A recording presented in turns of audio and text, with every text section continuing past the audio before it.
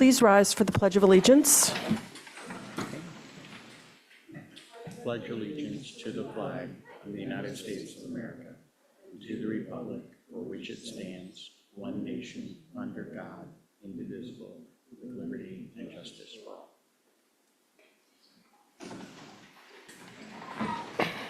Okay, I will call the May 22nd Select Board meeting to order at 5:30 p.m. The only thing I want to note on the agenda is that one of the real estate matters has been withdrawn. It's noted in the agenda, but I'll just point it out for the record. And I would like to remind folks who are on virtually that if they could turn their cameras off until the item that they're attending for, it helps me keep track of who I need to call on online. Thank you. Okay. We're passing on election of officers because we took care of that this morning. Do you want to maybe just say who the officers are? Yes, and so I will be serving as chair of the select board and Matt Fee as vice chair. And we'll be electing county commissioner officers at our next meeting. So as I said, no changes to the agenda, so we'll accept it as printed, and I will move on to announcements. Libby? Thank you. This meeting is being video and audio recorded. We have a special recognition to give this evening. And while it culminated in the 2024 annual town meeting, we really want to express appreciation and thanks. And there was some of this at town meeting to Mary and Al Novissimo, who are present and have served for over 20 years as our behind the scenes screen team to get onto the screen so everybody at town meeting can see amendments and other things that they need to know. So I think the chair is going to read a little bit of a certificate of appreciation that we prepared, and then she and I are going to come back to you and give you a little something. The town of Nantucket, a commendation to Mary and Al Novissimo for your 23 years of service to the community and to the town of Nantucket by providing behind-the-scenes work at town meeting. The expertise you've provided to the town has been considerable, and you have made the process seem easy and seamless, which we know it's not. That's my add. Especially with on-the-fly changes at meetings. Thank you, Mary and Al. Your service during this time is truly appreciated.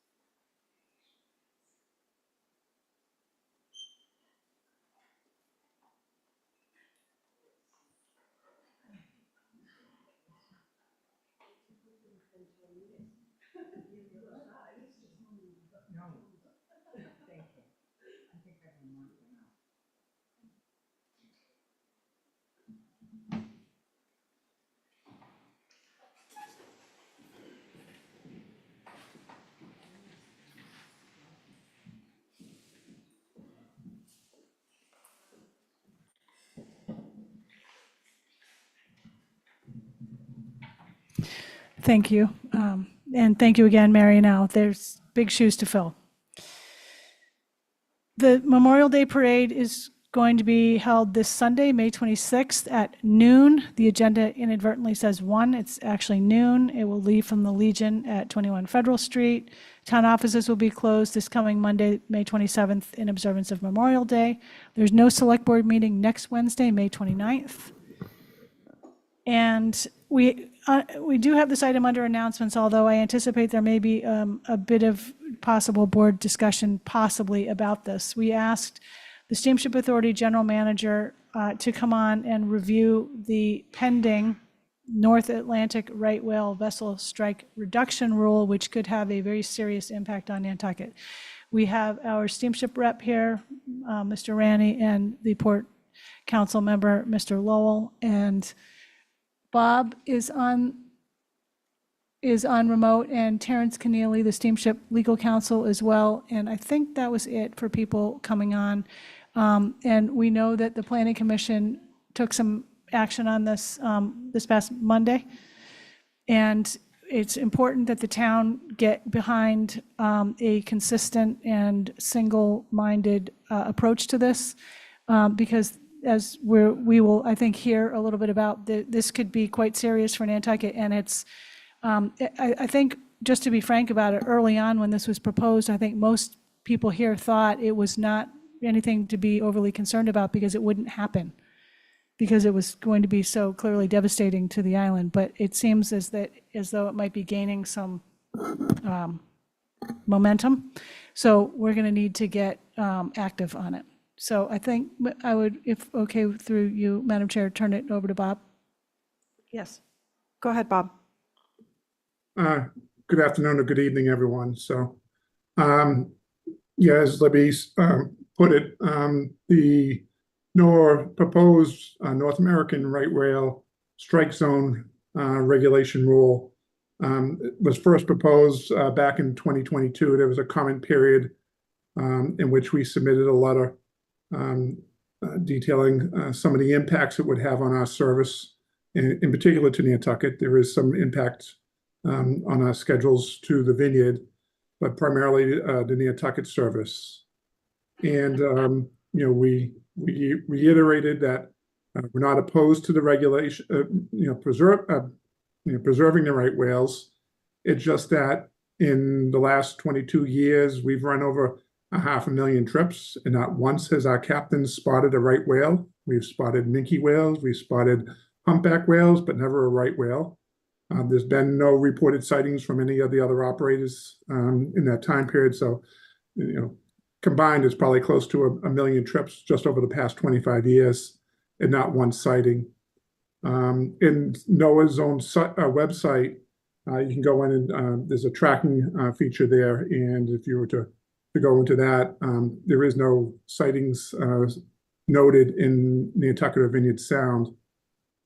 So we submitted our original objections back in October of 2022, indicating that, and how, I guess I got ahead of myself here. The restrictions that they're proposing are that any vessel 35 feet or greater would be required to maintain a speed of no more than 10 knots from the period of November 1st through May 30th of each year.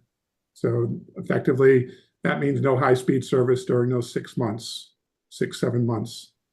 And then with 10 knots, our vessels at 10 knots, it would add 30 to 35 minutes onto our sailing schedule. So instead of 2 hours and 15 minutes on the traditional ferries, it would be 2 hours and 45 minutes.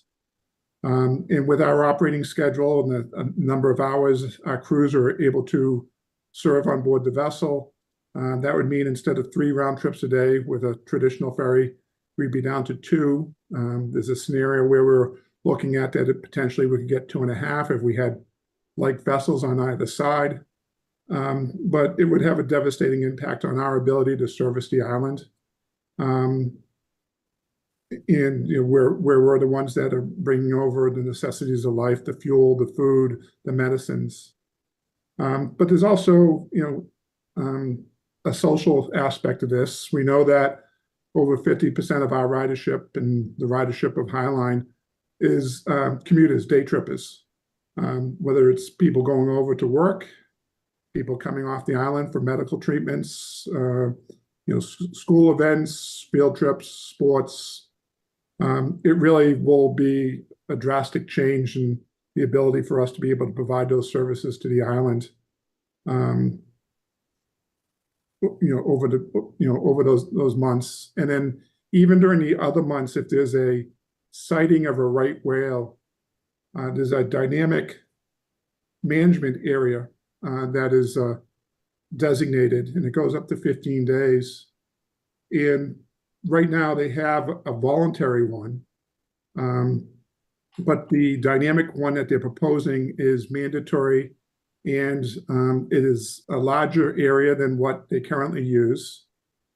And for instance, looking at it, there could be a sighting in Cape Cod Bay, and the zone goes over the Cape and halfway to Nantucket. For the impact on on the boundary lines for that. So it could have an impact. And of course, if there was right whales spotted in Nantucket Sound, we would of course adhere to the speed restrictions. But we think it's an overreach here in terms of since there hasn't been any documented cases that it's an overreach on the proposal. There are other areas along the East Coast that are exempt. Long Island Sound, for instance, is exempt, and so why not Nantucket Sound? So we submitted our comments back in 2022. We were one of over 90,000 comments that were submitted regarding this rule, and I'm told that that's an excessive amount of comments that were submitted, and obviously there's some for and some against the proposed regulations. But they're moving ahead with this. They've submitted the proposed regulations to the Office of Information and Regulatory Affairs, which is within the Office of Management and Budget, for review, and whether there needs to be any modifications to the rule, or whether the rule should be put into effect. As part of that, my understanding is that NOAA had to demonstrate that the economic impact of the proposed rules, if it was under $100 million, it's a simpler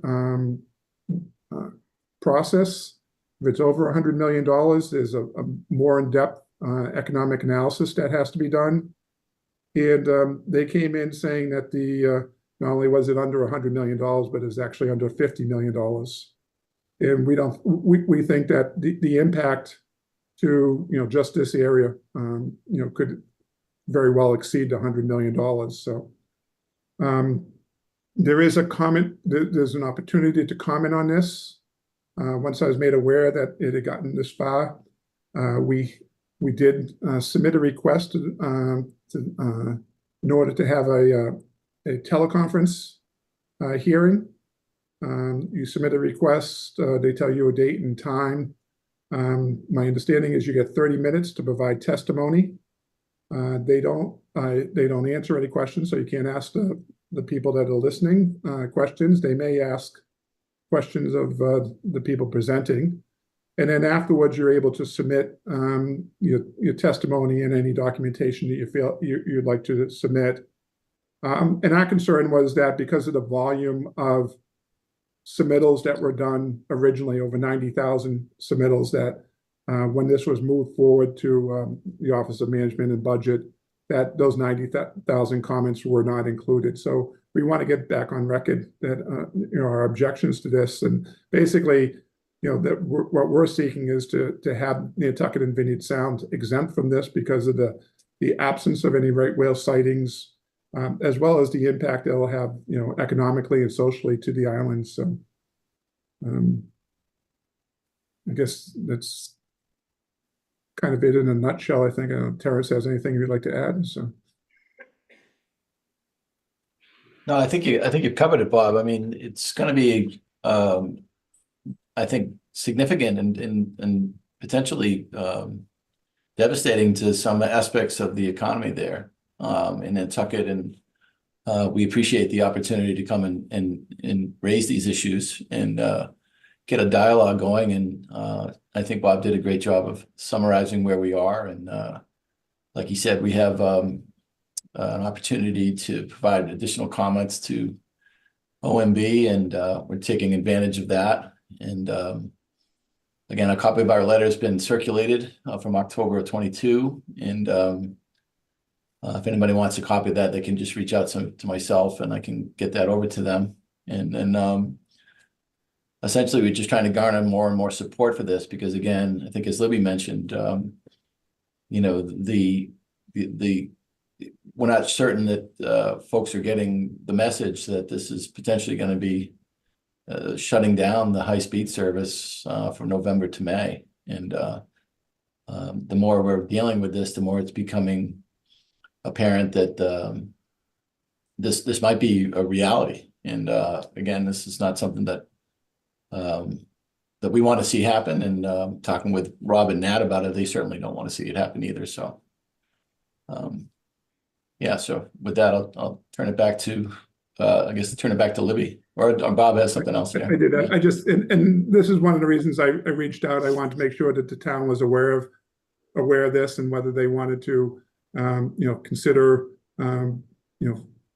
seeking their own teleconference on this, or whether they would like to provide anything that we could include in our packet that we provide. But obviously that's up to the town, whatever they'd like to do. But I know that there's other members of we're members of the Passenger Vessel Association. There's other members of that Passenger Vessel Association up and down the East Coast that have submitted comments about this, and some of those there's different dynamics in terms of the services that they provide. But in this case, with Lifeline services to the islands, any area that we transit in that by all means has not had a sighting in decades, we feel that it's primed to have a carve out for the Nantucket and Vineyard Sound on this. Okay, thank you. Don, I'm going to ask the select board if they have questions, and I'll take Don first. That we request a consultation. I'm sorry, Don, I didn't catch that.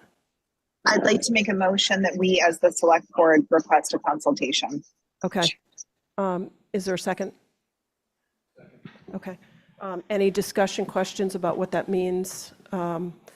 Don, by that, do you mean requesting one of those 30-minute opportunities to testify? Yes, that's correct. And the NP and EDC also took that action on Monday night. Okay, yeah. Any comments? Malcolm? No. Okay. I'll comment. I think, delaying this and spending more time understanding what our position should be and asking them to, sort of understand it and consider it, I think is very important. So. And I would agree, and if we get 3 consultations, it means we can coordinate and make sure that we have time to present all of our arguments rather than repeating them if we need more than 30 minutes collectively. So, okay, if there aren't any other questions, I'll take a vote by roll call. Tom? Aye. Don?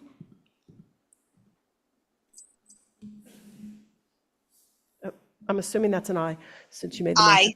Aye. Yeah. Malcolm? Aye. Matt? Aye. And I vote aye, so that's unanimous. So whatever the method for pursuing that, Libby?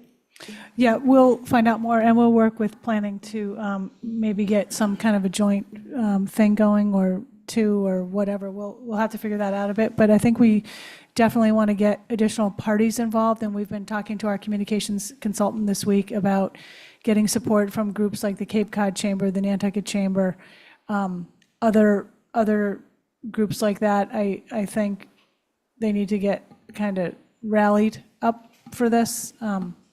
So, And I would suggest asking them to also ask for time, because I think the more time we have before this board, the better. Sure. Nat, you have to go to the mic.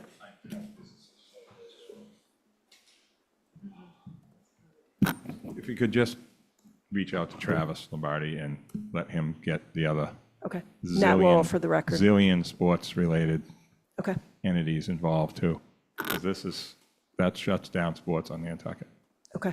That's a great idea. Thank you. we have also been in touch with Congressman Keating's office about this, and they're helping keep track of it. Okay. Great. Hi, thank you, Leslie Snell, Planning Director. As Dawn said, the Planning Commission did talk about this on Monday. They voted to send an opposition letter as this pertains to Nantucket Sound. We've already requested a consultation. I'm glad that you all are requesting your own consultation. And I've reached out to some of the other regional planning agencies that may be affected by this initially, and I'm going to follow up with them as well to try to get them more involved. Thank you. Okay. I think we've done what we can here. Libby, Erica, do you want to read the? Sure. So I'm going to go over the list of applicants for this year's annual committee application renewals. For the Agricultural Commission, we have 1 seat available and 1 applicant, Posey Constable, who is the incumbent. The Airport Commission, we have 2 seats available and 3 applicants. We have Phil Marks, who's an incumbent. Andrea Planzer, sorry, that says new applicant, but she's an incumbent. Michael Levitt, new applicant. Board of Health, 1 seat available and 3 applicants. James Cooper, who's the incumbent. John Katz, who's a new applicant, and Robert Goldzer, who's a new applicant. Capital Program Committee, we have 1 seat available and 0 applicants. I just noted on the form that went out today that Peter Kaiser, who is the incumbent, emailed today saying he is still interested in serving in that capacity, but because he missed the deadline, we're going to have to put him into the next round. Cemetery Commission, 2 seats available and 2 applicants, which are both the incumbents, Fran Cartoonen and Lee Saperstein. The Coastal Resiliency Advisory Committee, 1 seat available and 2 applicants, Sarah Boyes, who's the incumbent, and Shelley Lockwood, who's a new applicant. Conservation Commission, there's 2 seats available and 3 applicants. The incumbents, Linda William and Ian Golding, both applied, and John Schaefer is a new applicant. Contract Review Subcommittee for Human Services is 1 seat available and 1 applicant. John Balash, who is the incumbent, applied. Council for Human Services, there are 3 seats available and 2 applicants. Sue Minton and Veronica Bolchek both are incumbents. So if anybody, we'll advertise that extra seat after appointments. Council on Aging, 4 seats available and 2 applicants. Linda Williams is the incumbent and Lisa Sherburne is a new applicant. Cultural Council, 2 seats available and 1 applicant. Tony Wagner applied, he's the incumbent. The Finance Committee, 3 seats available, and there were 5 applicants, there are now 4. Joseph Wright, Peter Schaefer, and Jeremy Bloomer are all incumbents. Kathy Richen is a new applicant, and the old list listed Howard Matz as a new applicant, but he has withdrawn his application. HDC Associate, 1 seat available and 1 applicant, Carrie Thornwell, who's the incumbent. Nantucket Affordable Housing Trust, 3 seats available and 6 applicants. Brian Sullivan and Chantal Blois-Murphy are both incumbents. New applicants include Boyd Bodges, Kim McMahon, Stephen Welch, and Forrest Bell. Nantucket Historical Commission, 3 seats available and 1 applicant, Angus McLeod, who is the incumbent. Planning Board Alternate, 1 seat available and 3 applicants. John Kitchener, who's the incumbent, Liza Hatton, a new applicant, and Howard Matz, a new applicant. Mr. Matz had an application that he put in that was kind of split between Finance Committee and Planning Board last week, so he did drop off a clean version just for Planning Board. Both versions are in your packet. Real Estate Assessment Committee, 3 seats available and 1 applicant, John Brescher, who's the incumbent. I did speak with Thomas Beretta today. He said that he didn't realize he missed the deadline, so he'll be in the next round probably. Roads and Right-of-Way Committee, 3 seats available and 3 applicants. They're all incumbents, Nelson Eldridge, Rob Ranny, and Ed Gillum. Scholarship Committee, 3 seats available and no applicants. I would really urge people to put in names for this because it's a really great committee. Tree Advisory Committee, 2 seats available and 2 applicants. Ben Shampoo, who's the incumbent, and Emily Molden, a new applicant. Zoning Board of Appeals, 1 seat available and 1 applicant. It's John Brescher, who's the incumbent. And Zoning Board of Appeals alternate, 1 seat available and 1 applicant, Lisa Botticelli, who's the incumbent. Thanks, Erica. Any other select board announcements or comments? Okay, we don't have any follow-up comments from prior select board meetings. Now is the time for public comment for items not on the agenda. Does anyone wish to speak in the public comment? Hi, Tucker Holland. I just wanted to bring to the attention of the community that the legislature will be taking up most likely next week the Governor's Affordable Homes Act, which includes the transfer fee, which we have been seeking here in Nantucket since 2016, arguably before, to benefit housing. And so now is a time, if someone wanted to send in a personal account or support for this measure to the legislature, specifically the Speaker, Speaker Mariano. This is when it should be done these next few days before next Tuesday. So if you would like to do that, please reach out to Christy Ferrantella, the housing director. Her email is accessible through the town website on the Affordable Housing Trust page. And we, again, would welcome any and all support to get this across the finish line. Thank you. Thanks, Tucker. Anyone else for public comment?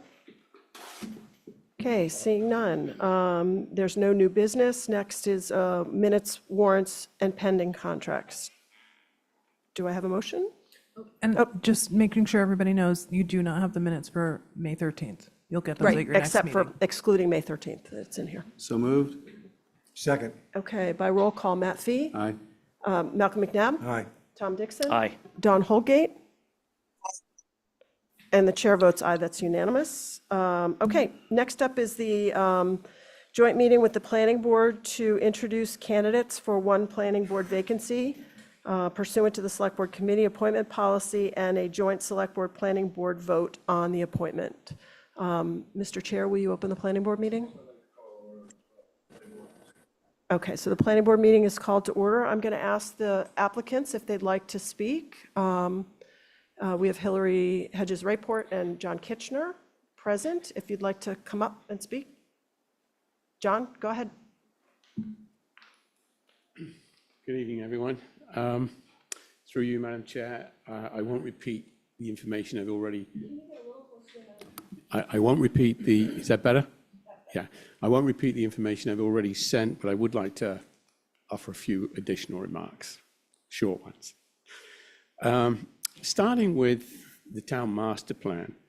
You know, the master plan will be our roadmap for the next 15 years. And it's, for me, it's critical that the planning board are involved within show leadership in that process. And I want to be actively involved in that. I think it's really important to all of us. You know, I've been an alternate for the last 8 months, and I'd have to say, over that time, I've learned that planning on the island is a very complicated subject, much more complicated than most people, including myself, would ever imagine. So, you know, I think this is on the record. I have attended every planning board meeting, both regular and special, over the last 8 months. I have not missed one. I think I've acquired at least a good amount of skills that's going to be required for me to be being able to ask insightful questions and be part of the decision-making process. This is not something that you can just come to. You know, there's a lot of regulations involved that I think I've just about got the hang of as of now. You know, for me, you'll hear my name was on the list for, you know, the alternate again this year, and I did that. That is not the position I want, but I felt like for me it's been a great learning process, and I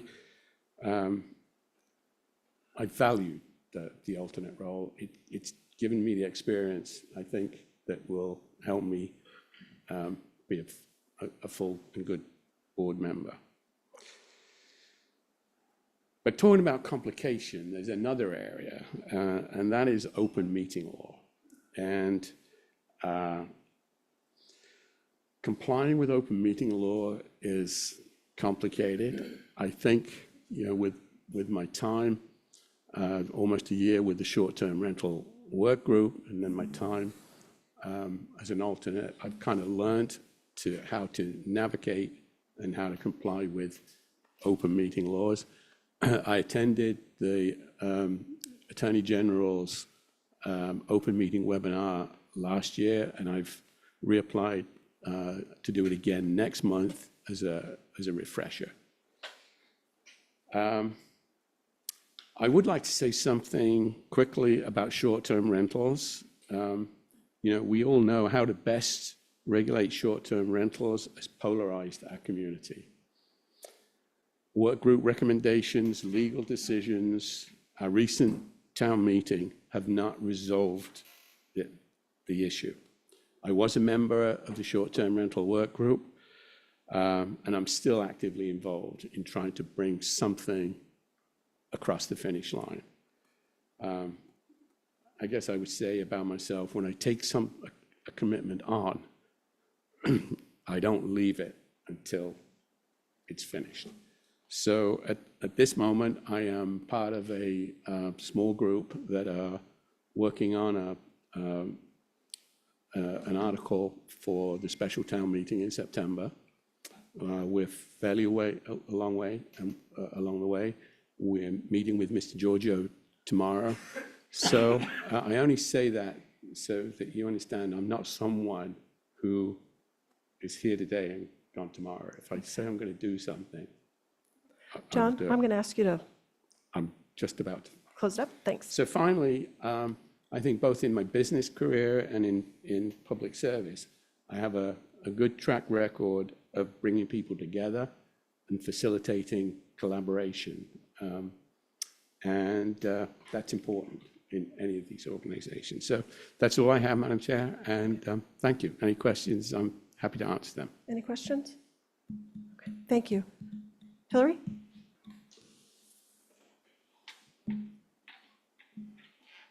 Hi, good evening, everyone. I'm Hillary Hedges-Rayport. Pleased to be here this evening. I wanted to start by congratulating not only the winners, but everyone who participated in the election, all of the contestants, and also thank all the voters for coming. That's what it takes to run this place.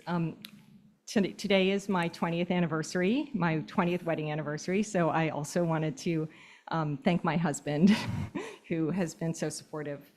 And I wanted to thank John Trudell for his service. I thought he really exemplified kindness and really doing his own research, getting to the bottom of issues, and was a wonderful planning board member. And I hope he's enjoying retirement from his unpaid job, for which I am applying. So first, I wanted to ask, are there any questions that you had for me or anything that you wanted to make sure I addressed in my remarks? Okay, thank you. I just wanted to ask that. So as you've seen from my resume, I've pursued a career in business and investing. That's given me a lot of exposure and valuable skills in contract negotiation, financial analysis, research, communication, and working with teams. But I've always had a strong interest in history, in culture, in art, and when my husband and his family introduced me to Nantucket about 25 years ago, I had developed a very strong interest in Nantucket as well, which has only grown over time. And I've been a part-time resident of Nantucket for 20 years. I refounded and led the Historical Commission, which I believe has objectively made an important contribution to preservation planning on the island, which is a very important and very specific type of planning. There are three major areas of contribution that I think I would bring to the planning board. First is the preservation planning. It's not just about loving history. It's not just about loving old houses. It's about understanding what are historic resources and how do you effectively advocate for them? How do you engage people in communicating what's important about them? And I have specific training in that, and I will have a degree in that, which I'll wrap up in the fall of this year. I've taken a lot of specific classes that I think will be valuable to the planning board, which you've seen in the packet, and done a lot of individual research and written papers that is in the packet. I hope you had a chance to look at them. The second thing is that I think we should have a woman on the planning board. I think Nantucket has an incredible history of women's leadership, going way back and also today. And I think that we should have a planning board that has a woman. I've supported 2 female candidates for the planning board in the past. And it's one of the reasons why I'm think of the group uniquely qualified to bring that to the planning board. The last qualification is that I just think differently. You know, I'm not afraid to be a contrarian. I back up what I think with research. I'm happy to cite it. And I think, you know, it's great to have teams that are all friends and get along, but it's also important to have teams that are teams of rivals. And I think I would bring that. I would bring it respectfully, with a lot of respect for, as John said, the complicated and involved nature of planning. I think sometimes when I do challenge the status quo, or I do challenge powerful people, that it's can be perceived as, you know, inappropriate. And I certainly don't mean to be inappropriate. I mean to be thoughtful. I mean to be at times provocative. I mean to get better decisions. And I think that teams that have different thinking people and have people that are willing to challenge, as long as that is done respectfully and with a strong basis in fact, that brings better decisions. And I think having one person on the planning board who thinks differently, challenges authority, is a woman, has a preservation training, would actually be a great thing for the planning board and for Nantucket. I'm especially concerned about the comprehensive plan. I know I'm probably running out of time, but I have really specific concerns about the way the comprehensive plan is unfolding, about the way it's being steered. And I think there is tremendous opportunity to set a community vision that brings people together if we do it in the right way, and I would advocate for that. So, you know I'm not the favorite, but I hope you have heard what you wanted from me. Thank you. Thanks, Hillary. Okay, so now we'll go to a vote. And I believe what we're doing is we're writing our name and the person that we would like to vote for on a piece of Just a paper. question. We have 2 really good candidates, and I know John has applied to be the alternate. Is there any way, this is, I guess, an Erica question, Hillary hasn't applied? Could we put her as an alternate in this round or next round? She hasn't Because she hasn't applied. applied. So pursuant to your committee appointment process, which I think is of 2022, we've become very strict in the committee appointment process as a result of some public outcry and how things used to be a little bit more fluid. So pre our process, she could have. Now she unfortunately cannot. All right, I wanted to make sure. Yeah, if no one had applied, we would do it in the next round, but there is an applicant for the seat. And that's what sort of, I understand. And may I just note too, so all the members of the planning board and the select board who are physically present, you're going to write your vote and pass that piece of paper to me. For Dawn and Barry, who are remote, they are going to email me their votes, and then I will tally them, and I'll read everybody's vote and have you confirm that that is your vote. Yep.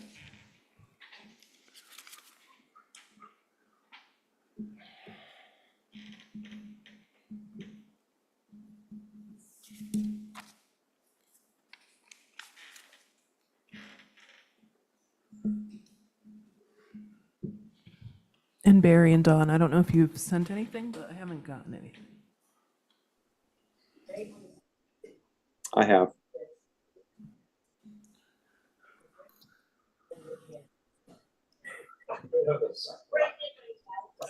Received.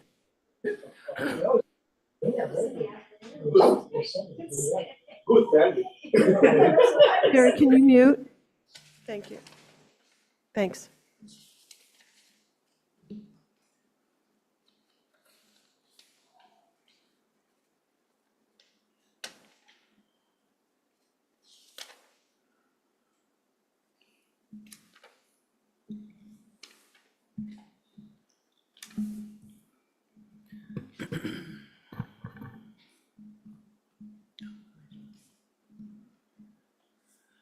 Okay, so Barry, your vote is for John Kitchener?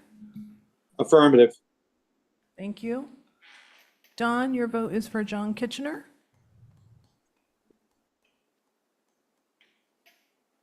If you can just confirm that verbally. We didn't hear that, Don.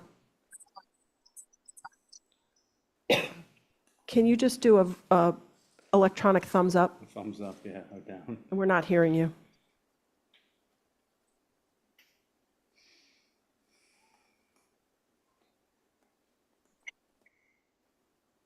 Great. Tom Dixon, John Kitchener, Brooke Moore, John Kitchener, David Iverson, John Kitchener, Nat Lowell, John Kitchener, Joseph Topham, John Kitchener, Matt Fee, Hillary Rayport, and Malcolm McNabb, Hillary Rayport. So the new planning board member is John Kitchener. Thank you, Erica. Before you attend your first meeting, you'll need to go to the town clerk and get sworn in. Thank you. And thank you, Hillary, for applying, and congratulations, Don. Okay. Just, Oh, you need to you need adjourn to the adjourn, meeting. yeah, and I have a comment too. Okay. Okay. Okay. So that's a motion by Mr. Lowell to adjourn, seconded by Mr. Topham. I'm hearing 3 ayes in the room. And Aye. Mr. Okay, that's 4. Okay. That's okay. Yeah, and just a comment, there's a summer resident here called Andy Boynton. He was a dishwasher at the Skipper back in the day, and he is now the dean of the Boston College Business School. He has written a book about virtuoso teams, which is what Hillary was talking about. I'm not sure if she was meaning that, but it's putting people that are in good faith with different views and able to, in strong views, together and getting a better result. And I think it's what he suggested, via email to me, which is leading to what we're trying to do with the short-term rental group, is talking to very different people. And Hillary is 100% correct that we need to do more of that in some of our different work groups and committees, et cetera. And I think, having lived it a little bit now for too many hours over a week or so, so I see some people laughing who've done it too. I do think there's a huge value in it. So thank you. Thanks, Matt. Okay, next up, real estate item.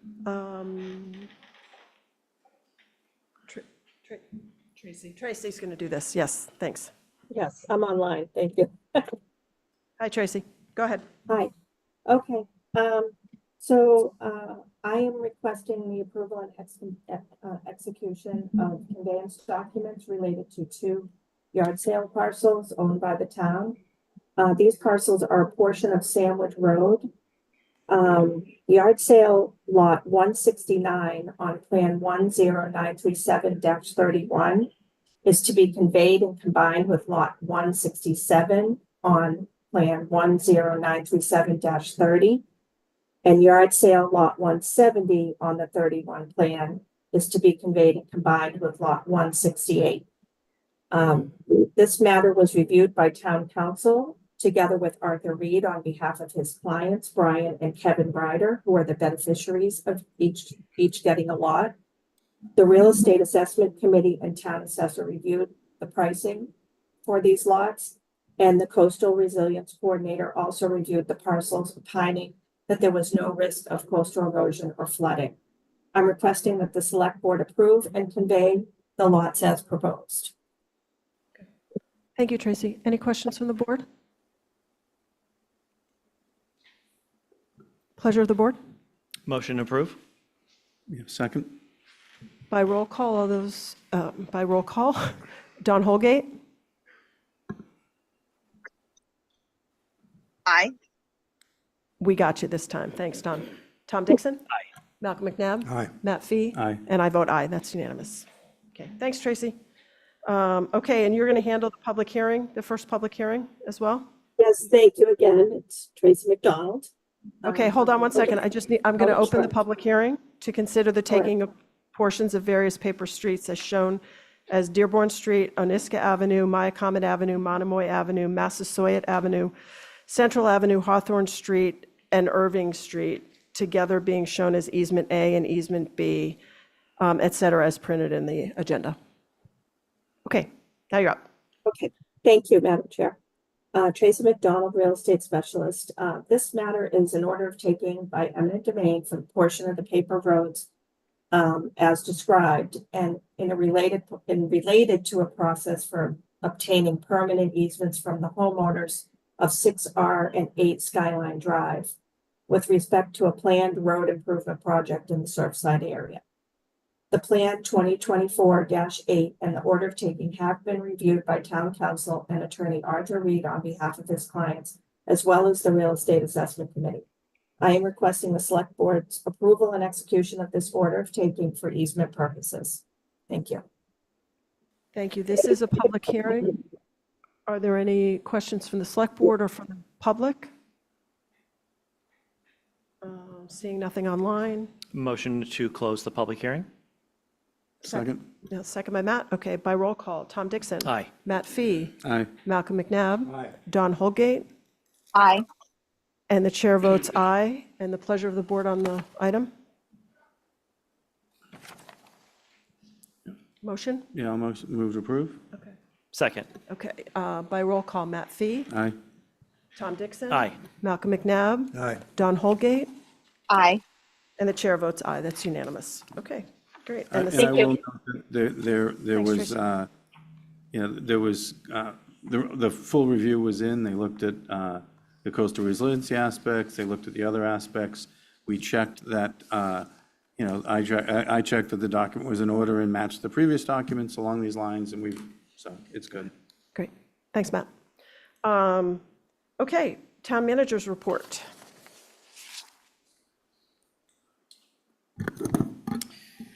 Okay, so after town meeting, I typically review with you the list of warrant articles and votes from the town meeting and review next steps for each. And there is a document in your packet that contains each article and what the follow-up is.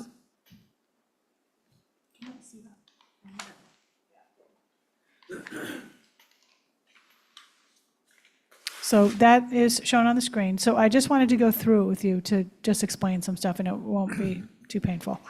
So Article 1, receipt of financial reports. Obviously, that was voted yes. No action needed. The town report is out. All of the finance-related items will, for the most part, be handled and processed by the Finance Department, including Article 2. Article 3, there is an issue that the airport has asked for a meeting on, and we are meeting with them tomorrow to discuss that. And I believe the finance director has a resolution to the issue, because that article was somewhat modified at town meeting. Revolving accounts, finance, reserve fund finance, budget transfers, finance, personnel comp plans. As you recall, there were a couple of increases in the miscellaneous salary schedule, and those may need budget transfers in the next fiscal year because they were substantially increased, and we'll need to be working on that. The operating budget, health and human services, general fund capital. Some of the general fund capital items were contingent upon a capital exclusion at the election. That did pass, and we'll get to work at some point soonish on the procurement requirements for acquisition of the items. Article 11 was an appropriation of $3 million for town employee housing feasibility costs. That did not pass at town meeting, and it did not pass at the election. So we are actually working on preparing some development concepts for 3 properties and/or areas: town lots on Tacoma Way, Waite Drive, and Orkawa. We will be, once those are a little more conceptually developed, we're going to ask for maybe 2 or 3 concepts for each property. We'll be reviewing those with you and working to prepare a cost estimate for construction plans for a future town meeting. And I think that is, maybe people were concerned about the lack of detail on that item. Article 12 was an appropriation for 31 Western. That did not pass town meeting. It did not pass the election. There was some discussion about determining whether or not there was the potential for a lower sale price, and I'm not sure that's, we've heard back on that. And maybe some other potential partnerships. So we're a little bit exploring it to see what might be feasible there, but anything would be brought back to the board. Article 13 was a supplemental appropriation for the DPW facility. That did not pass town meeting. It did not pass the election. We would like to discuss with you, as in the next few weeks, putting this item back on the special town meeting warrant. And we are undertaking a plan for additional public outreach. And we'll be scheduling an update for your June 12th meeting on this project. We really were realizing at town meeting that our explanation of the project in advance perhaps could have been better and clearer. And we're going to be working on that. Article 14 was a supplemental appropriation for Newtown Road. That passed, and it was also passed at the election. 15 was an appropriation for permitting and debris removal and other issues out at Tom Nevers, and that passed both town meeting and the election. 16, same thing, passed. Jetties tennis courts, Article 17 passed. The public safety outbuilding, auxiliary building, that did pass at town meeting, but it did not pass at the election. So I think we'll regroup on that and determine when or if ever to bring that forward again. Article 19 was an appropriation not subject to any election vote to acquire the composter and the transfer station. That passed town meeting, and we are working to complete the acquisition process. 29 was an appropriation for the Affordable Housing Trust Fund. That's a coordination with finance follow-up. 21, enterprise fund operating budgets, finance. 22 was enterprise funds capital, procurement coordination and things of that nature. 23, 24, 25, 20 through 28, actually, let me keep going, through really 34. Those will all be handled through finance. 34 was, and 35 were, which I see I missed 35 here, but those were both CPC related. And we're working on getting those grant agreements before August 1st. 36 was a citizen non-binding article regarding an independent investigation, and that is underway with legal review. 37 was a paid family and medical leave citizen-sponsored article. We are under review on that with town council as to bargaining, and since we would be the first municipality in this program, we need to really understand how to manage it and implement it. 38 through 59 were all zoning articles, and as noted there, the town clerk and plus will coordinate all the necessary documentation that is required to go to the Attorney General's office. And once that process is concluded, we'll get the town code updated and work on GIS map updates, all that usual stuff that needs to be updated, and work on outreach as needed to get people to know what may have changed. 60, 61, and 62. I won't even really go into this because it's short-term rental articles are going to be the subject of a special town meeting, and you're going to have a little bit more discussion about that later on in the agenda. 63 was a bylaw amendment, very minor amendment, changing of a word. That'll go to the Attorney General's office. 64 did not pass. That was a town-sponsored warrant article seeking to amend the town code about car rental agencies. And at some point, we will need select board direction on this. It was referred for further study. I shouldn't say it didn't pass. It was a new motion, refer for further study. 65 was a citizen article. I think we all know what happened there. That did not pass. Subsequent litigation has been filed. 66, sewer district map change, that was approved. That'll go to the AG. All of the home rule petitions, this is the first one, 67, to establish a coastal resiliency district. These will all get compiled and forwarded to our legislative representatives for filing. 68 was in response to a bylaw requiring town meeting approval for certain types of erosion control projects, and there was a motion to take no action on that, so no action at this time. 69 was a bylaw amendment surrounding coastal resiliency districts, and that will get sent to the AG's office, but it won't really become effective until the home rule petition is approved, hopefully is approved. 70. Libby, before we go Yep. on, did the Coastal Resilience District, one passed and one failed, right? And it was 60, the first one was the home rule to go off island. I thought that failed. And so I think we may have this wrong. But I've been wrong before too. Well, hang on a minute. One was about the Oh, betterments. I'm sorry, you're right, Matt. 67 was tabled indefinitely. Yeah, okay.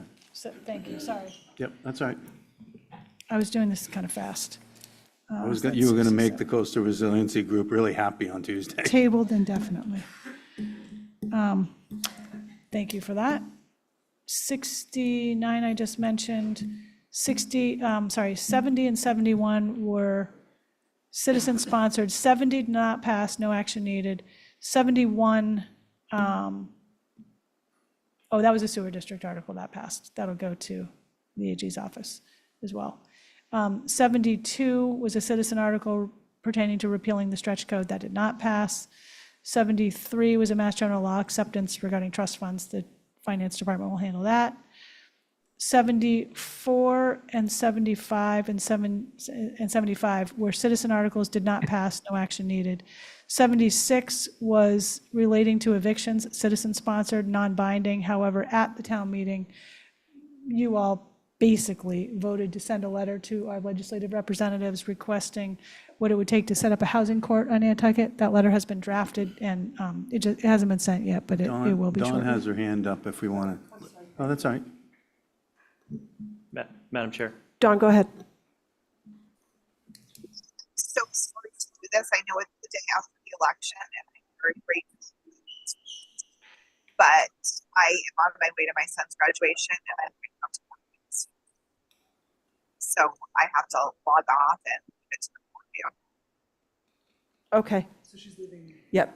So I'm going to interpret that Dawn has her son's graduation. Were you able to hear me? You were a little garbled, but Is this better? logging off to go to graduation. I have to log off to go to graduation. I am grateful to have been reelected, but tonight I have to leave it to the four of you. Okay. Thanks, Dawn. Enjoy and congratulations. Madam Chair. Libby, I'm sure to your massive email backlog, Katie did send that letter. Oh, great. Yes, it was signed and sent. Oh, excellent. I was going to report that at the end, but fine. Oh, good, thank you. Sometimes things happen without me even knowing about it, so that's awesome. Thank you, Katie. 77 was a citizen article, good neighbor agreement, did not pass, no action needed. 78 related to offshore wind, again, citizen article, non-binding. Perhaps the select board considers that when needed, if something comes before you. 79 through 91 were all home rule petitions, and again, we'll prepare all that and get them sent up to the legislative reps. 92 was a home rule petition from a citizen that did not pass, no action needed. 93 through 110 were all real estate articles, and we will have our real estate specialists prioritize all of that and get it followed up. It will not happen, immediately, but she'll get at it. And then 112 was stabilization fund, finance will handle that. 111. 112 was free cash, no action needed. So that is the warrant articles. And I wanted to also mention that after town meeting, we convened an internal debrief sort of a session. And While you're looking for that, Libby, I think on 78, on the wind farm, what I took from that was that we should make sure to, have it as an agenda item anytime we're, have negotiated, or anytime we're getting ready to negotiate, or have, be a little more proactive and, sort of informative to the public when we're dealing with this. That's what I took. It's non-binding, but I think, the sense of the meeting was they wanted to know more earlier. The more we can give them earlier, the better we'll be, so. And I agree with that, and also want to make note that we don't want to compromise a legal position ever by negotiating an open meeting Yes. when it's appropriate not to be. So 100%. we will, I think, make a better effort to balance those two needs in the process of future negotiations. Thanks. So back to the internal debrief. The week after town meeting, we can convene that with the moderator, the finance committee chair, the town clerk and the assistant town clerk, the communications manager, the 2 assistant town managers, and myself. And we talked over a lot of things we saw and heard and sort of experienced at town meeting, and how we could maybe address some of them. And some of them I think we're just prepared to do, and some we want you all to think about and perhaps come back at a later time, and you all might have ideas too. So we kind of categorize these into categories. So organizational issues. We heard quite a bit that the overflow rooms were difficult. So we would look to better position assistant moderators in each room, ensure fans and cooling if needed, try to avoid use of the bleachers, which may mean setting up an additional gym. So in addition to the high school gym, perhaps set up the middle school gym with chairs. Better positioning of projection and video screens and sound in each room so that all of the participants, regardless of what room you're in, can see and hear each other. And attendees do not need to leave their room to speak. So we're going to be hopefully working on that for the special town meeting.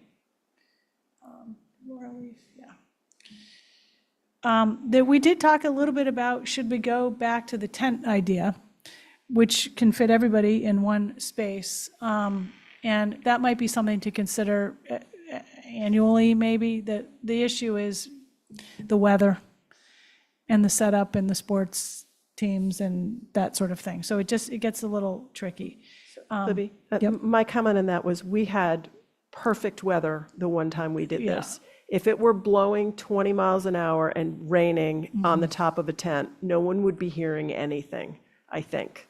So I think we need to think about that as well. But I do think making note of the fact that we don't have a facility to hold all the voters who want to participate in town meeting is something we really need to think about.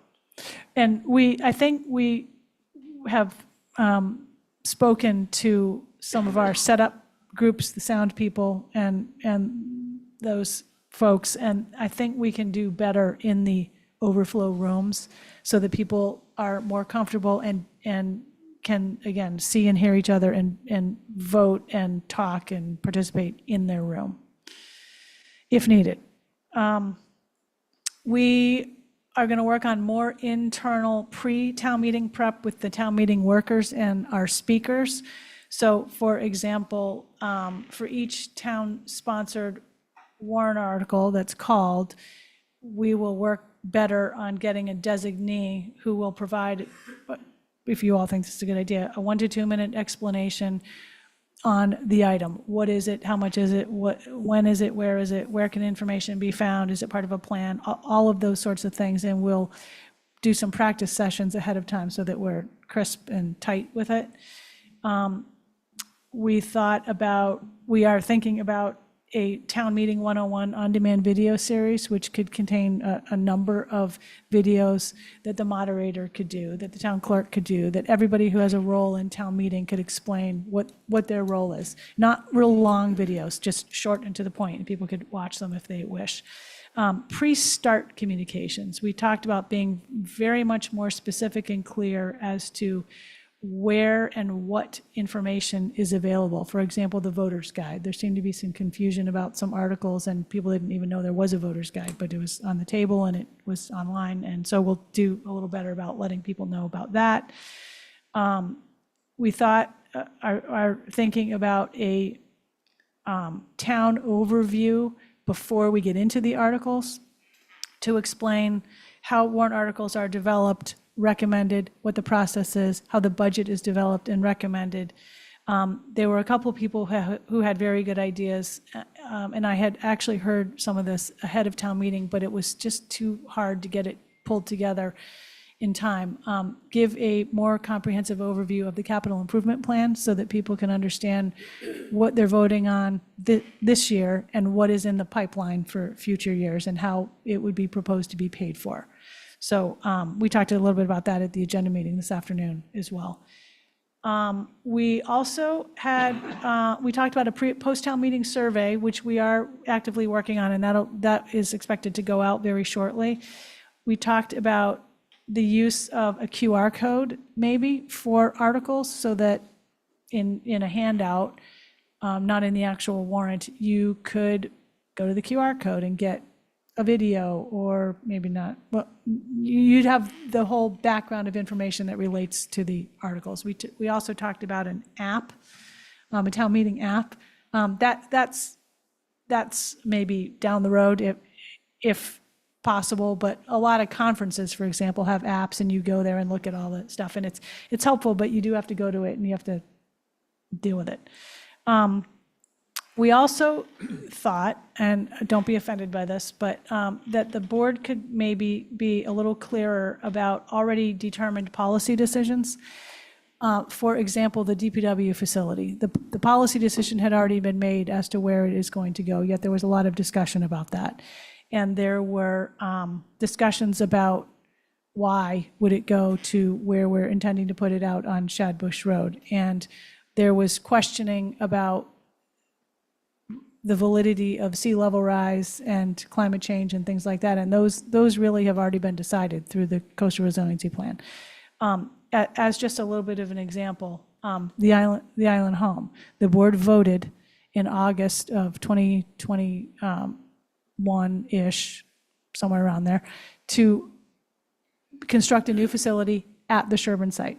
So if that comes up at town meeting, oh, you shouldn't have it here, the decision is already made. That's where it's going. So maybe we don't need to spend a lot of time talking about moving it. Those discussions should be happening at your level. Just something to think about.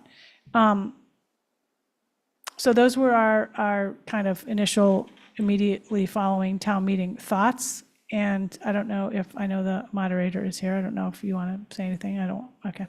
Thank you. Thank you, but we are very respectful of the moderator's experience and handling of the town meeting, and appreciative, so, and input as well. So I don't know if you all want to schedule another agenda item at a later time to talk over this stuff, or talk about it now, or I don't know. Think about it, or whatever. But the survey, I think, once we have the results, we'll probably compile them and perhaps share them with you if you want to know about it. Any comments? I just wanted to comment back on Article 3. Last week's Board of Health meeting, it was the unanimous opinion that the amendments made for cost and so forth actually reflect a public health issue. And as the board, we're going to look into what regulations and what power and what authority we have to make sure that some of those amendments that were voted in by the town meeting are actually carried out. It's a significant health issue for the airport expansion, for the neighbors. And it's now on our agenda, and it will be talked about at our next meeting in detail. Okay, thanks. Yeah, just thinking about it in general, Libby mentioned at the end, I think, I don't think we need a lot of details sometimes on the financial part, but we need like a macro financial view. Like Brian is doing a really amazing job, and we know where we stand 5, 10, 15, 20 years out. That wasn't necessarily the case 20 years ago when I first got involved, but we are, we're there now. And I think, I don't think people need all the details, but I think they need to understand that, it's sort of, that we've got it and it's okay. And then a lot of the other stuff, we're talking about it as though it's, it's public relations, and if we just do more and have more links and have more talking and have more this, I'm not sure it's really that. I think that all that will help, but I really think and I'm trying to find the words for this. I think it's, it's sort of it's building back trust in the people who are asking for something. And, it's very easy to, talk about the money tree or whatever, and all of us go off track. We get worried and we go off track. We need to build enough trust in the process and with staff and with the boards that, that the voters, believe us and are there. And so I don't think it's a quantity of information. I don't think people have time for the amount of information they get now. I think it's more, it's I don't know exactly how to say it, but I think it's more building that trust back up, answering all the questions, being completely, just whatever it takes. I mean, there's a lot of different aspects of this. One thing I thought about, and it sounds crazy, but if we could, if we called all the, and this isn't feasible, but it may have to be, if we could call, because the other thing that happens is we get, well, so the idea is if we could call them all, had a week off or 2 weeks off and came back, asked everybody, like, we could get rid of half or 3/4 of the articles, and we could then have a chance for staff and others to examine what the suggested changes would be, ask everyone to give their motions and their changes in writing, and then have a fully informed town meeting. Because what people come up and say, well, I want to change this and I want to change that, and there's no way to even know what that will do.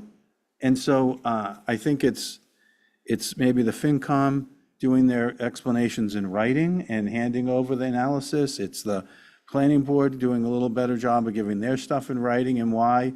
But if we ask them to do everything, I don't know how they're going to do all of it. But if they had to focus on the 20 or 30 articles that people were really interested in, we could do a really good job on those.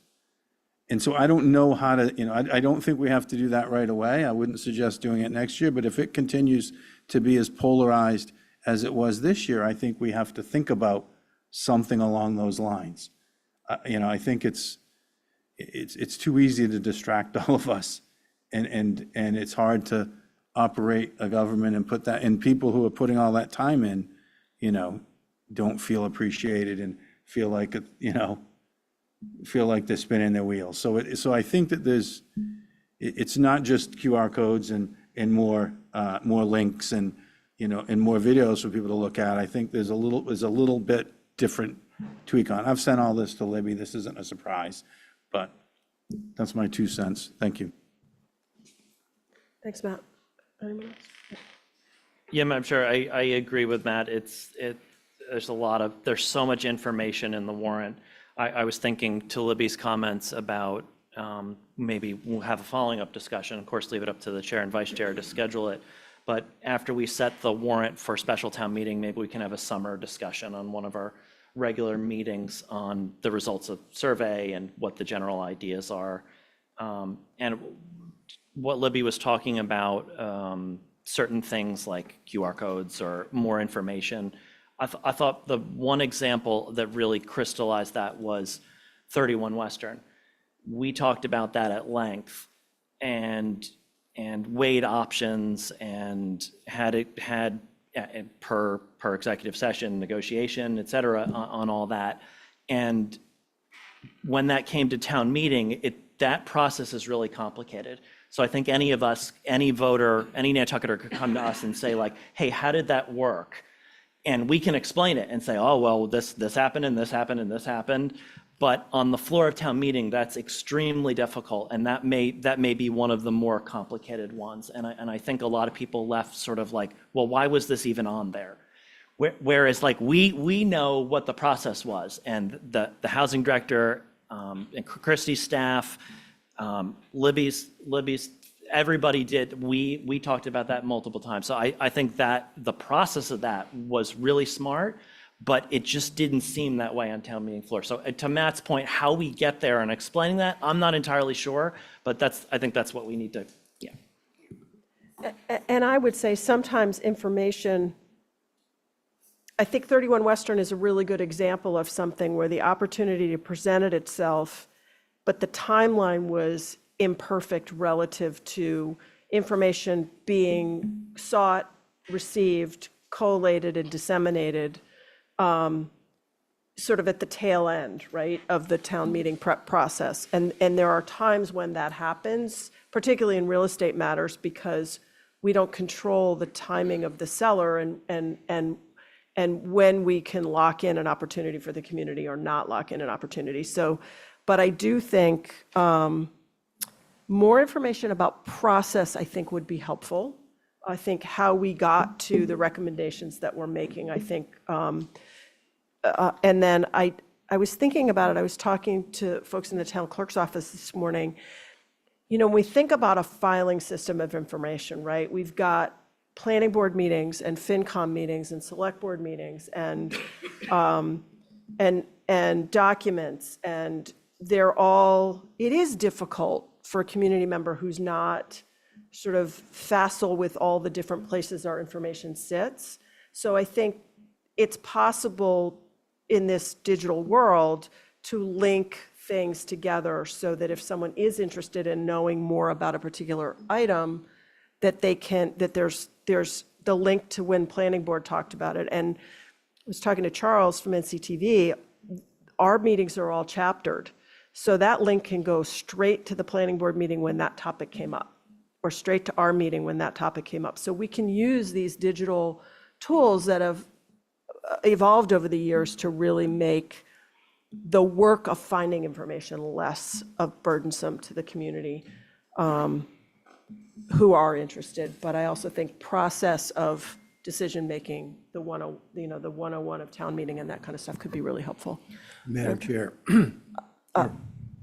Erica had her hand up, but do you mind? Let her go. No, go right ahead. Okay, go ahead. You know, I tend to listen to Matt about this issue. I think by having electronic things and websites and QR codes, we're making ourselves feel we're doing something. I'm sure there's a lot of people who are still not going to use that for information. They're still going to come to the meeting and they're still going to want to talk. So I like this idea of splitting it to a degree, of going through, calling everything, see what's left, and then making people put in their amendments ahead of time. I like that. Sure, obviously it can't be done soon, but that's a good concept. I'm just, Yeah. at the end of it, people are going to want to come and speak. That's what they love town meeting. And not everyone is going to go online, and not everyone's going to go QR codes, and they're still going to come. So we need to make it simpler at the meeting. Thanks. Okay. There's Go ahead, one Matt. thing I've always said, I say to my employees is, once you understand something, you know, something could be complicated, but once you understand it backwards and forwards, you should be able to relay it in layman's terms fairly simply. And so I think that that's what we need on some of the, you know, some of the things that we're dealing with. We need to be able to relay them, you know, at the time, you know, that way, you know, and not insult the whole meeting when you do it, you know, like I did. But if you could actually, you know, if you could do it in the right, you know, in the right way, you know, and sort of that, I think that would be helpful. Say, you know, the finances on this are fine. Here's why. You know, this is what this and this and this is why we considered doing it. We looked at these alternatives. This is the best for the island, and we support it. Here's why. Yep. That to me, that sort of thing, that sort of format is, I think, is what we need a little bit more of to build that trust back up. So, and if we don't have something, if we're not ready, we should try not to bring it. You know, or if someone brings something and it's not fully baked yet, then we should just say, you know what, we recommend you, we should take a stronger role as a board and say, you know, this hasn't been vetted yet. You know, we haven't got a written, you know, a written recommendation from the FinCom. You know, we haven't got an analysis from planning. This should be passed over, please. You know, we should not be afraid to do that, I believe, on some of these articles that get very complicated, because then we're back and forth with it 5 times. Okay. So anyway. Great. I do appreciate all the suggestions, and I think there's some really good ideas in there for us to consider, and I think we should put it back on the agenda after that survey. Tom? Oh. Sorry. Tom, go ahead. Yeah, I would just quickly comment that just for anybody who doesn't know, that town meeting is bound by state statute. So there's only so much you can do that would be out of our or the moderator's control. You couldn't do a take-home ballot or anything like that. That's not possible. So I think what we're talking about, just making it easier for folks, is great. But just so I don't want to just get out there that that's something we're planning to do that wouldn't be allowed, or that we could ask the moderator to do, or et cetera. So I see Campbell's hands up, but I think I'm going to hold public comment because we are going to put this on an agenda, and Campbell will take your comments at that point in time. So thank you. Libby, anything else? That was it on town meeting. The monthly town management report, it's in your packet. I won't go through every item in here, just maybe some highlights. Obviously, we've been spending some time on town meeting follow-up. We're also working on strategic planning, implementation and follow-up with our focus groups. Monthly town manager e-news, we're getting ready to get that out next week. We're already starting to prep for fiscal 26, budget and capital. Lots of major or strategic initiatives ongoing. A lot of them are listed there. Long-term solid waste planning remains active. We're working to complete the RFP and waste services agreement, which we will be reviewing with the board in June or soon. Let's see here, just trying to get to the highlights. I mean, there are quite a few things we're working on. Personnel and staffing, the hiring process for the Health and Human Services Director is underway. We have reviewed job description changes and alternative opportunities for the DEI director position. And I think at this point, we are probably going to prepare an RFP to seek assistance with what we might want to look for in a DEI director, because that is such a changing and dynamic issue in many towns. And we want to maybe do a little surveying of our government and see what people might want to be looking for. I believe we've managed to hire a project manager, which is a position that has been out for quite a while. We're working on the veterans agent replacement. Remote work policy is getting finalized, and we are working on professional development and training. We had 2-day training last week, May 15th and 16th, and I really want to thank our HR director and her staff for organizing it. It was very well received. It was a pretty big commitment, 2 pretty full days of training. It was pretty intense, I would say, but I think people got a lot out of it, and it was a refresher for sort of like seasoned manager types, but also a really good intro or training for newer managers. So we're trying to get more of that sort of training underway. I think you all have probably participated in some of the Mass Municipal Association webinars. We've been doing some too.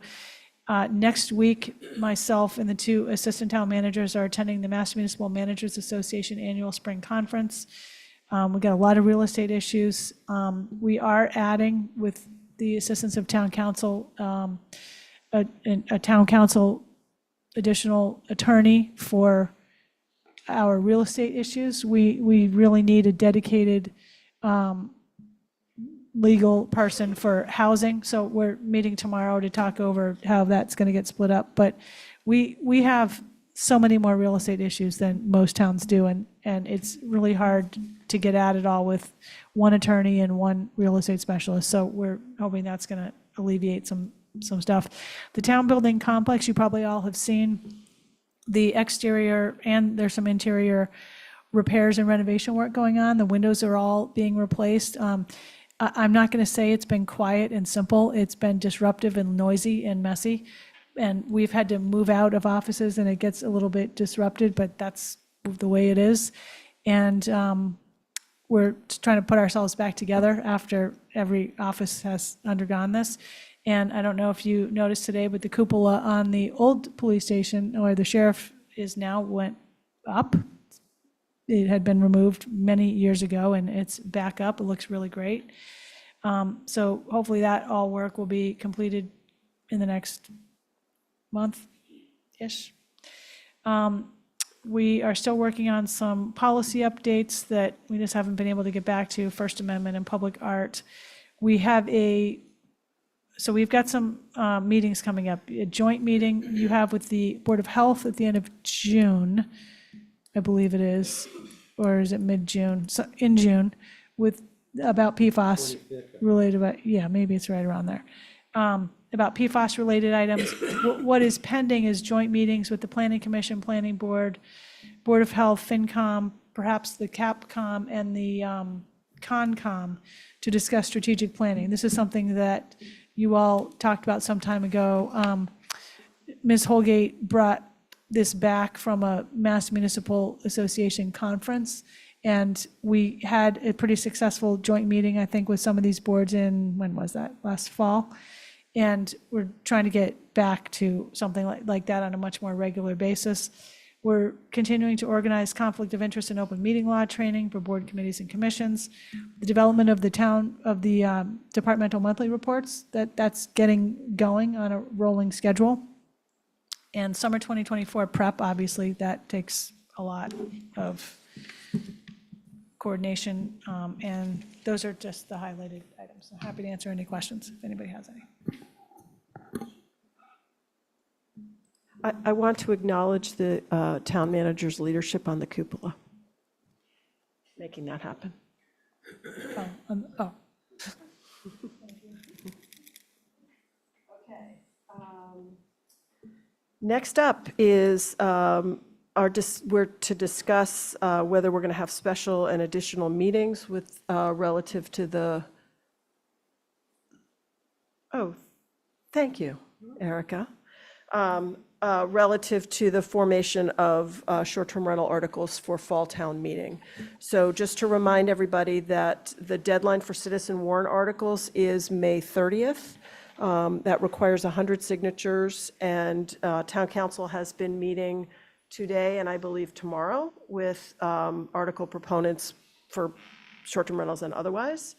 And John, do you want to give us an update? Thank you, Brooke. So by my count, we can expect a minimum of 5 citizen warrant articles, most of which will deal with the accessory use nature of short-term rentals. That's simply based on people who have reached out to me and sent their draft proposals. There are a few other people coming tomorrow, and frankly, I don't know why they want to see me. I don't know if it's short-term rentals or something else. And then, of course, there's always the possibility there'll be additional citizen articles that I won't be aware of until they're filed. So because there are so many accessory use articles, I took the liberty of drafting sort of a format for a zoning bylaw amendment. And I've consulted with the director of planning, and we are in agreement on the approach that should be taken. Obviously, the details are going to be different from petition to petition.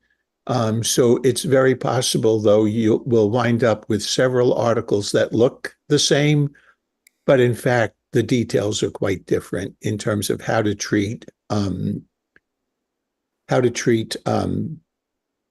short-term rentals as an accessory use. So okay. I think it's fair to say we're going to have our work cut out for us trying to come to a consensus on one approach, if possible. Okay. So thank you for that.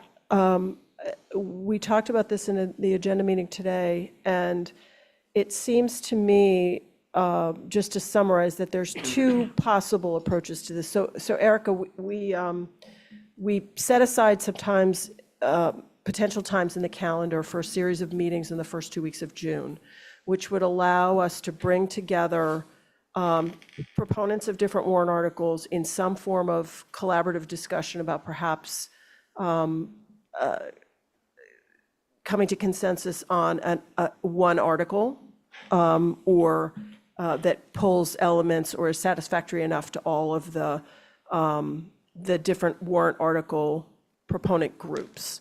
And the idea of doing it with a fairly substantial time commitment in the first 2 weeks of June would then leave this board about 2 weeks before we have to finalize the warrant. So then we could have our discussions about what came out of those collaborative conversations, and is there something that we can agree upon, either pulling one of these citizen warrant articles and modifying it to our satisfaction, or starting from scratch, which doesn't,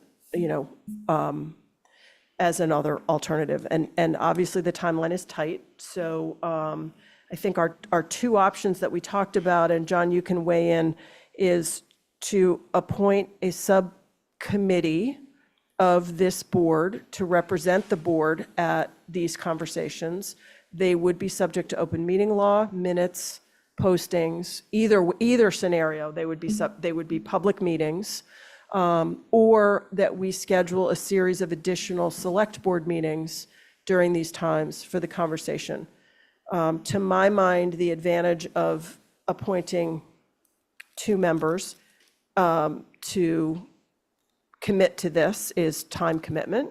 And the other concern is if it's a bunch of meetings and we don't get a quorum for a meeting, then we can't hold the meeting without a select board quorum if they're actually posted select board meetings. So those would, John, do those alternatives seem reasonable for us to consider? Yes. Okay. So any thoughts? And we picked the first 2 weeks of June because we will know what the citizen warrant articles are by that time. So anybody? Madam Chair, how many of these meetings, subcommittee meetings, do you anticipate? Well, Who knows? I think we probably should plan at least 4, 2 each week. We should commit to scheduling them, and then if for some reason we come to consensus the first night, we're done. But that's what I was going to say. I think it's hard, it's hard to predict without knowing what the articles are and, whether they're similar or, or not. And, and I think we'll know that on the 30th. We'll know that when when it's done. So I think it's hard I think we should schedule them. I'm not sure. I think I lean toward, appointing 2 members, but I'm not sure, maybe. I'm not sure. I'm not sure how that, what to do there. But I do worry about going to town meeting with, 4 or 5 competing articles, and 3 or 4 factions at the meeting advocating for their positions, and not, and coming out, sort of, even if one or 2 of them, the best articles in the world, that everyone should agree with, if we've got the different factions sort of, with their heels dug in, I think it could be the same thing again, So I'm hoping that we can find some way to build some consensus and reach across the aisle and bring the, different groups together. So. Anybody else? I think probably doing 2 members makes the most sense. Additional select board meetings that's going to be a lot for us. And the 2 members can brief the rest of the board at our regular meetings. Yes. And then amend or discuss it as necessary. I'd be more than happy to volunteer for that. I've spent, as you know, a year on the short-term rental work group. I don't have a dog in the fight, et cetera. So I don't know if we want to do a motion or what, you just do it by acclamation, but I'm happy to do it if the board considers that. Madam Chair, was it possible to have 3 people, but maybe only 2 show up? so that we're not burdensome the schedule. Some of the, I could do some of it, but like towards the end of the second week, I can't. So, I John? mean, if you do it on the first night and approve it, I've got. Yes, Brooke, I neglected to mention that there will be probably 3 of the proposals will require both a general bylaw and a zoning bylaw. So amendments to chapter 123 plus amendments to the zoning bylaw 139. Okay, I presumed as much, but it's worth stating for the public. And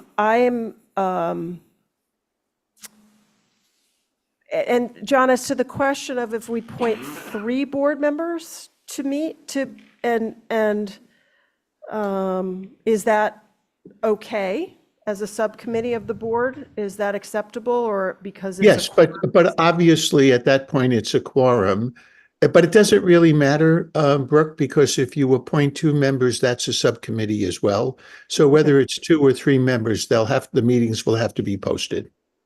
Yes, but if we appoint 3 and 2 come, that's not a problem. They don't always have to attend every one. Correct. From a legal point of view, whether yeah, you would need 2 for a quorum. Okay. To be able to meet. Okay, great. So we would be establishing a subcommittee of 3, and it would be necessary then for 2 members to be there. If we establish a subcommittee of 2, then if for some reason one of the 2 couldn't come, the meeting could go on. Yes. But if we had a subcommittee of 3 and 2 members couldn't be there, the meeting could not go on.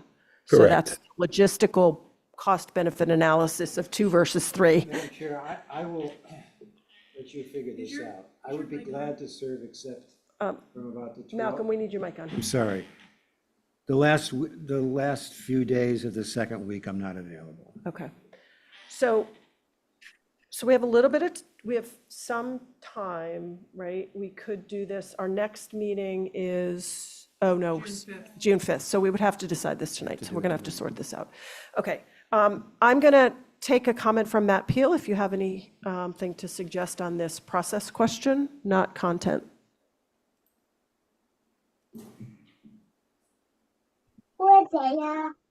Hi, thank you, Brooke. Process, not content. Yeah, I mean, process, I would just ask, and Matt Peel, I'm a member with Put Nantucket Neighbors First. For the process, we've talked to Giorgio today, and we are more than happy to sit down and discuss this with all of the other sponsors of the article.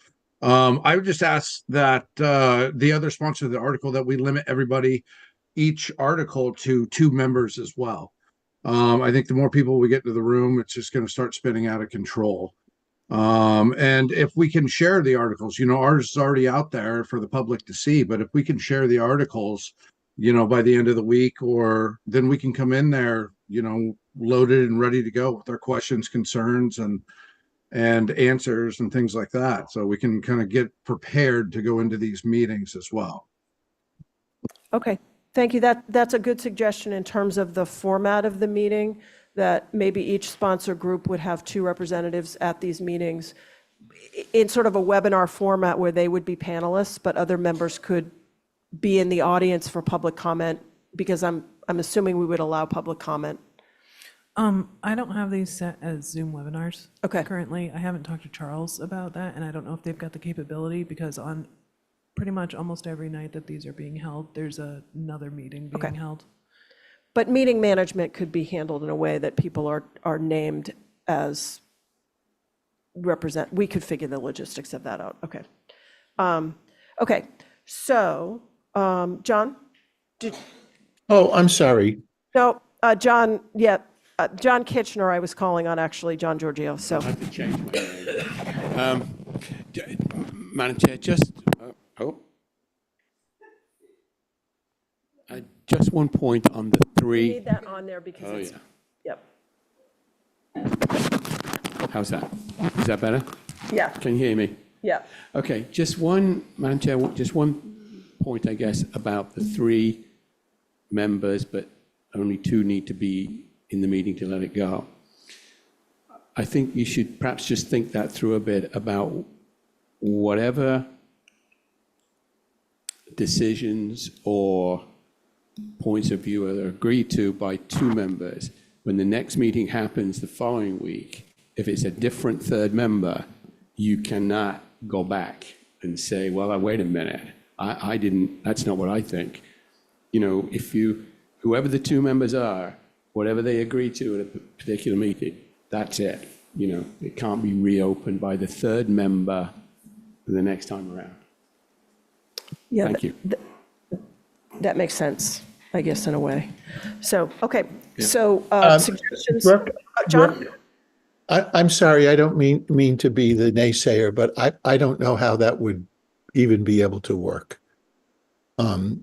Meaning that the third, yeah. Yeah, the so other than maybe moral persuasion. Right, That- legally, we couldn't prevent the 3rd member coming to the next meeting and disagreeing with Right. what was agreed on, other than by agreement not to do that, voluntary. Yeah, exactly. Madam Chair, the 2 are not necessarily speaking for the whole board. So they're going to be expressing their opinions in this semi-working group, but they certainly, ultimately, it's 5 members that are going to decide the board, not 2. It will come back to us ultimately. Yes. So I can make arguments either way. We're going to have to decide that tonight. So does anyone want to make a suggestion, make a motion? Head us in a direction? I think if we are committing to this, we commit to be there, you know, every time, you know, unless you're hit by a car or something, because otherwise, how are we going to, you need the consistency. And it's very hard to, you know, it's very hard to transfer what happened in a 2-hour meeting to another member so that they're fully up to speed with what with what happened. I think if we're going to do this over 3 or 4 meetings, whoever's on, all of us need to really commit to it. Malcolm, what was the date you were not available? I would say from the 12th. So the 13th. So just the 13th. Oh, no, 12th to the end of the week. Well, there's a meeting schedule on the. Malcolm, up on the There's a meeting board. schedule up on the screen. There's the select board on the 12th. Can you look up on the screen? We've drafted a draft schedule.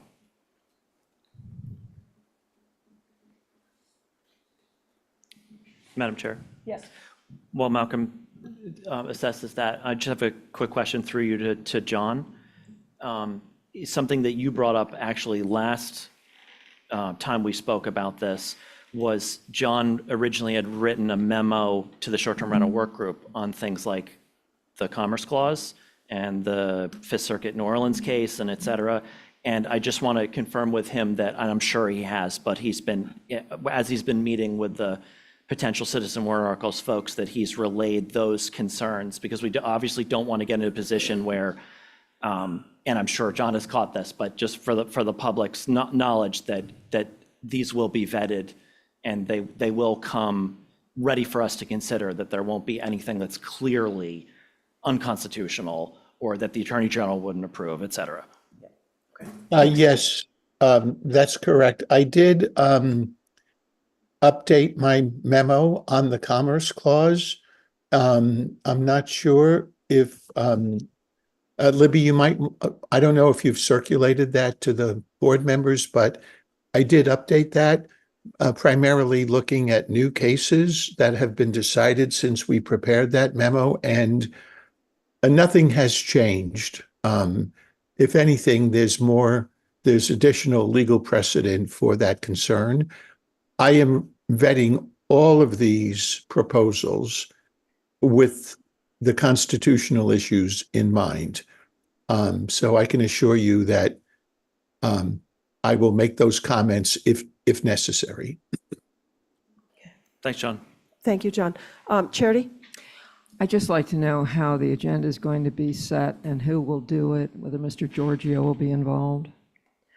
I think that we're not 100% clear on that yet. We're working on schedule and who's going to be there. But they will be public meetings, and I would imagine that that someone from the board would be responsible for working out the agenda and working with Erica to post it. So we probably would keep the agenda pretty broad, I would imagine, to leave room for good open conversation would be my instinct. So I'm going to take Rick online and then Tucker.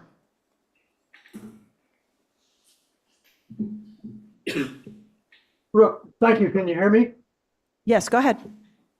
Just one observation. You know, my sense is these, just to be direct, these various independent entities, and I think John said there might be as many as 4 warrant articles with different subtleties or significant differences. And I have always felt that the select board and the citizens would benefit from your taking on all these articles before the warrant is frozen and talk about them in an open meeting. I like to call it a workshop, but whatever session, no one's committed to making decisions, but you get all those items out. Otherwise, they're sort of being negotiated in the back room, and they're going to be, brought forward sometime, but it's too late to manage them, it seems to me. So I'm just encouraging you to be open and direct with those people before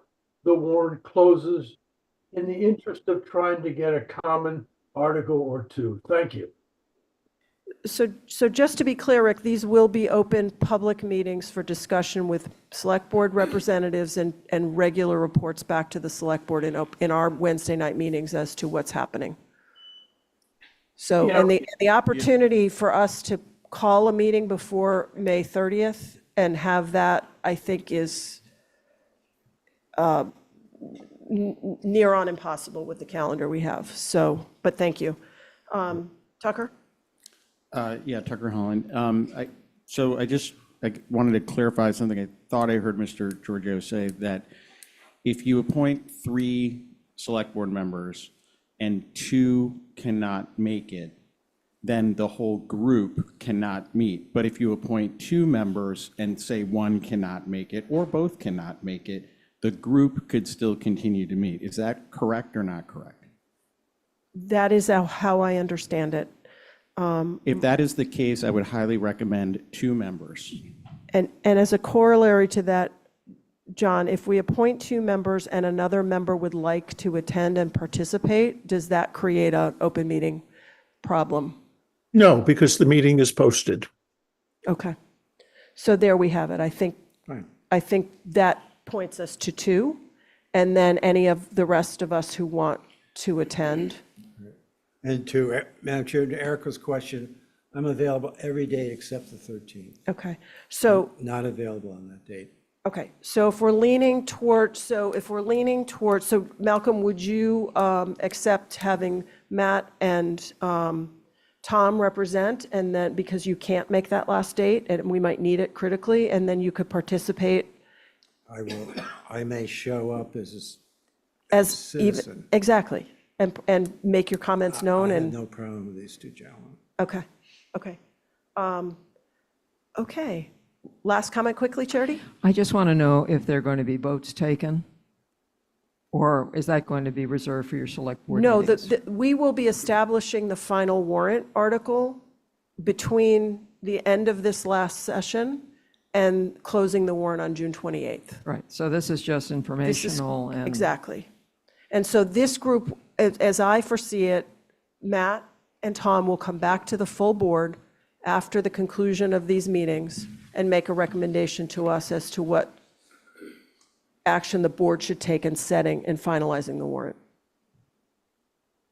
Does that sound like what everyone expected? If Charity still wants her article, and if we negotiate, she's got her 100 signatures and is allowed to bring her article. 100%. So This is a matter of, No. Yeah. It's, if we want to do a special town meeting in a in a special town meeting, we would have to file for 200, according to May I Mr. ask, Georgia. may I ask why you would want to do that?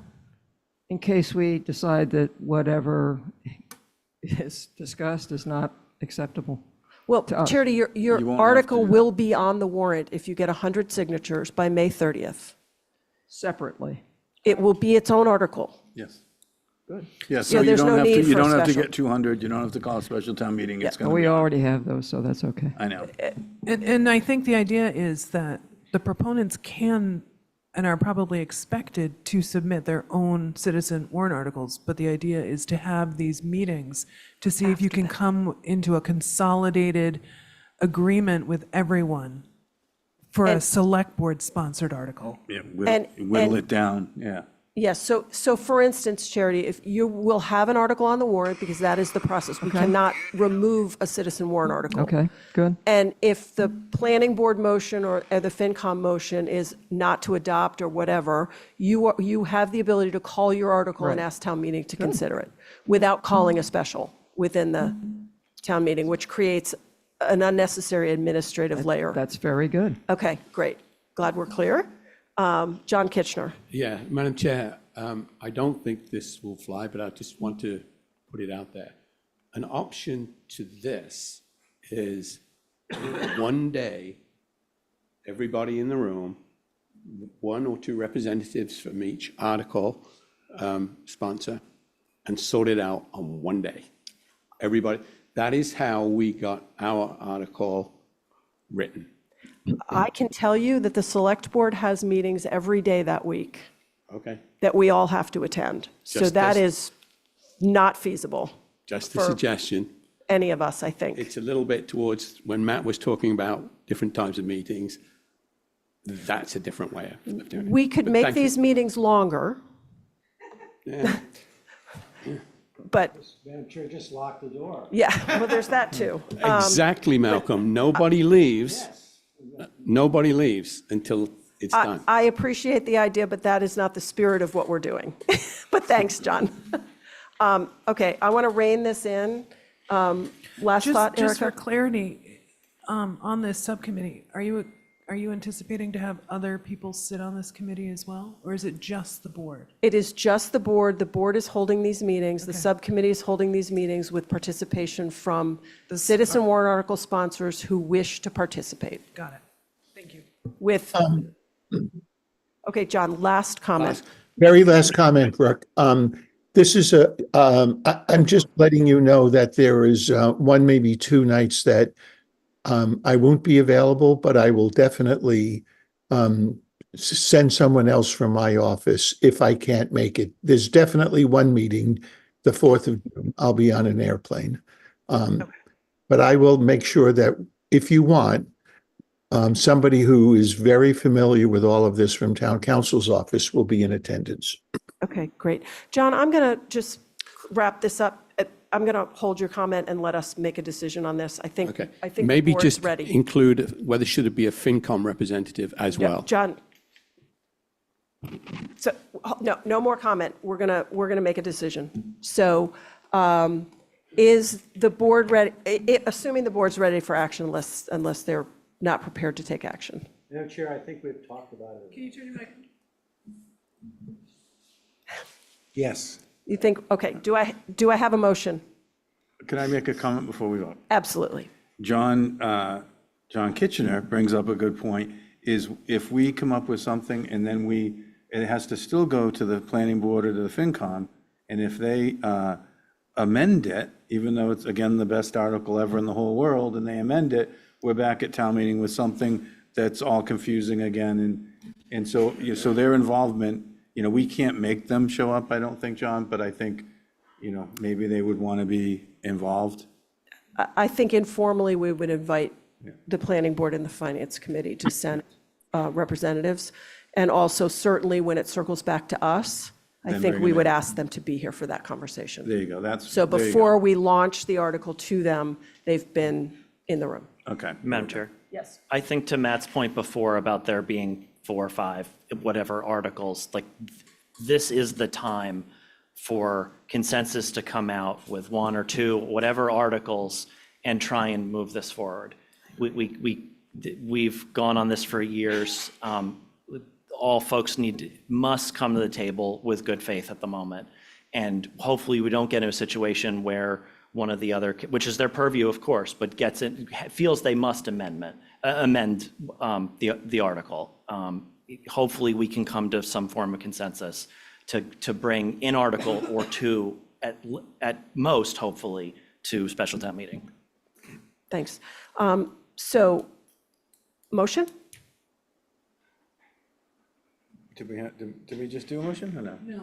No, you said you want to make a comment before the motion.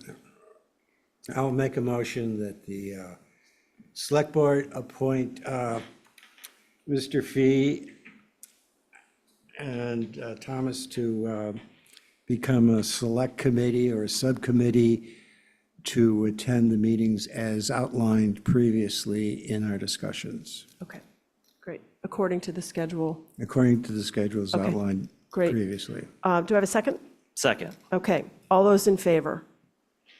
We don't have to do roll call. Aye. Aye. Okay, any opposed? Okay, so we have a plan. Looking forward to that, and I would say also appreciate citizen involvement in this, and hopefully people will come with their most flexible hats on and be willing to try to find consensus so we can present an article to the community that can wrap this up. So, okay. Any other committee reports from the select board? Okay, motion to adjourn? So moved, Madam Chair. All those in favor? Aye. Aye. We're out. Thanks, everybody.